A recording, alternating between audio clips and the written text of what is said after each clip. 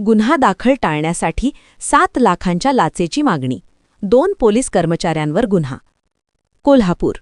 Gokul Shirgaon police ठाण्यात फसवणुकीचा गुन्हा दाखल न करण्यासाठी तब्बल 7 लाख रुपयांची लाचेची मागणी केल्याप्रकरणी 2 पोलीस कर्मचाऱ्यांविरोधात भ्रष्टाचार प्रतिबंधक कायद्याअंतर्गत गुन्हा दाखल करण्यात आला आहे. ही कारवाई लाचलुचपत प्रतिबंधक विभागाच्या पथकाने केली. या प्रकरणात एजाज मोहम्मद शेख, पोलीस शिपाई, बखल क्रमांक 1541, राहणार करनूर, तालुका कागल, आणि Nilesh Maruti Kamble, police head constable, buckle क्रमांक 1748, राहणार दऱ्याचे वडगाव यांचा समावेश आहे. मिळालेल्या माहितीनुसार तक्रारदार यांच्या विरोधात गोकुळ शिरगाव पोलीस ठाण्यात एक अर्ज प्राप्त झाला होता. त्या अर्जाच्या चौकशीदरम्यान तक्रारदारावर फसवणुकीचा गुन्हा दाखल न करण्यासाठी पोलीस ठाण्यातील अधिकाऱ्यांचे नाव सांगून पोलीस शिपाई एजाज शेख यांनी तक्रारदाराकडे 7 लाख रुपयांची लाच मागितली.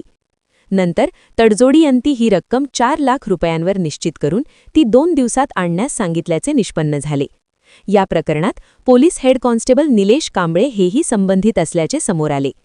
लाच मागणी करताना ते प्रत्यक्ष उपस्थित राहून या बेकायदेशीर मागणीस प्रोत्साहन देत असल्याचे तपासात उघड झाल्याने दोघांवर गोकुळ शिरगाव पोलीस ठाण्यात गुन्हा दाखल करण्यात आला आहे.